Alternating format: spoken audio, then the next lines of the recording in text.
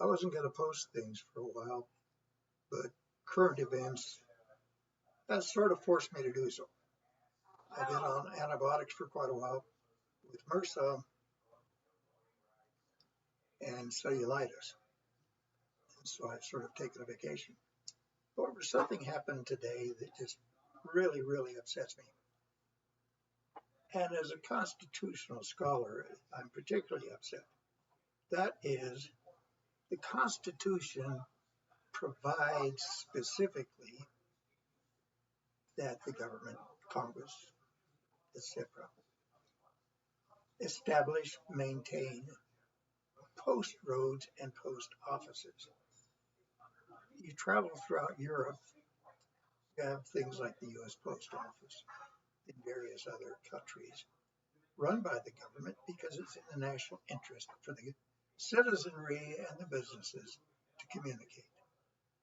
However, the greedy bastards in the United States want to privatize all that. That way they can control communication. And again, screw the peasantry, so to speak. So we got a president that wants to defund, essentially, or starve out the Postal Service, which for decades has been proud of its service. Wind, rain, etc., sleet, they've always delivered the mail. The Pony Express delivered the mail. Wells Fargo delivered the mail. Mail went on trains and then went on planes. It's been essential to the development of communications throughout the world. There's no reason to privatize it. There's no reason that somebody should be allowed to profit, or exploit, or profiteer from something that's guaranteed to us in the Constitution. And in fact, it's my opinion that it's unconstitutional to do so. And any lawyer participating in it ought to be disbarred. And it should be a no-brainer for most judges in court unless they're corrupt. You can't interfere with the mail, no matter what. Congress regulates the mail. Congress regulates the budget. And holding up funds for the mail just because there might be some Democrats voting is nonsensical and totalitarian, in fact. And it really bothers me that any member of our society would even consider supporting this type of thing. It's the essence of democracy that sides opinions are held, and the majority of those opinions get to essentially rule. Now, we've had a lot of stress. We've been under stress, I think, since the Nixon administration. There's been a gross change in attitude, a gross change in law, a gross change in the population and the demographics of the population. One of the things I've been researching and I'm going to talk about in one of my projects is the fact or the effect of apocalyptic thinking on law and society. It's where people think the world is going to come to an end if they don't do this or if they don't do that. It's tied in with postmodernism, it's tied in with advertising, and various other things. So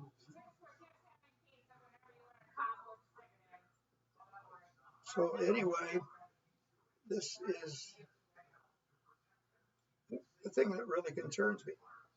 You've got Federal Express, and you got a guy named Bezos, who's become the wealthiest man in the world, according to some reports. And you have a president who doesn't like him. So he's playing with the delivery systems of mail, packages, etc., in order to punish a person that he doesn't like. He's an enemy of Mr. Trump. Now, many of you that have known me know that in 1972, I became a political enemy. I was visited by the IRS every week on a Friday for 87 consecutive weeks. And essentially, they called it a compliance audit, but it was a matter of harassment. They interviewed all my clients, talked to them, and after a year and a half, they decided that I had done nothing wrong other than take a few objections that or deductions to which they thought were stretching it and decided to make me pay. One was mileage because I didn't write the beginning and ending odometer reading when I went to court in Denver, which is 35 miles away or 70 miles round trip. And they had this obscure rule that I didn't really realize that you had to write ending and beginning odometer readings. Well, it was in my appointment calendar. So any idiot except for an IRS agent could figure out that it was 35 miles there and 35 miles back, which was 70 miles. And to disallow that was just pure punitiveness. Anyway, they did this for about over a year and a half until a guy named McKelvey, who was a lawyer in Yuma, Arizona, sued him for retaliatory audits. At that time, my partner Charles V. Hill was representing me, and we talked about it, but since we had the agent dead to rights on the civil rights case, we decided to get information from him, and if he would tell us the background or the backstory of this, we wouldn't prosecute him and wouldn't sue him, which we wouldn't have got that much money anyway. But this is the extent that the government would go to. Part of that was a precursor to the whole Senate Select Committee on Intelligence and their hearings and findings. And 50 years later, I'm seeing the same goddamn thing occurring, where you've got a megalomaniac president, you've got a bunch of ass kissers, weak-minded, selfish people that follow him and do his bidding. More like what happened to the people that followed the government in Vietnam.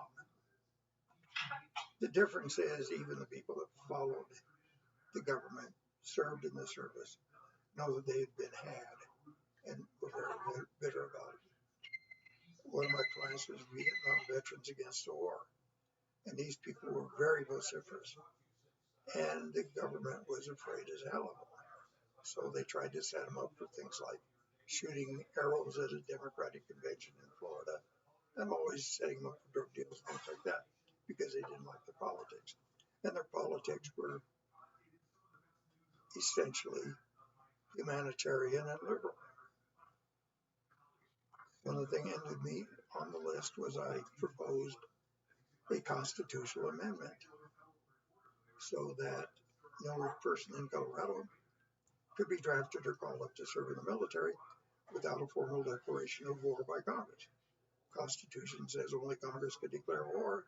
It didn't say that any president could declare war. And then after a few incidences, they did give Lyndon Johnson the power to start an armed conflict, but it had to be ratified. But since that time, there are no controls whatsoever. You have a president decided to play with toys, and he bombed an air base, which is an act of war. He's embargoed things, which is an act of war. You had another president claiming that the Middle Eastern ruler was a threat because he had nuclear weapons, which turned out to be utter bullshit. And he did an act of war. Something's got to happen. Somebody's got to control these people. Make them read the Constitution. Make them follow the Constitution. And we need to start busting their asses for breaking their oaths.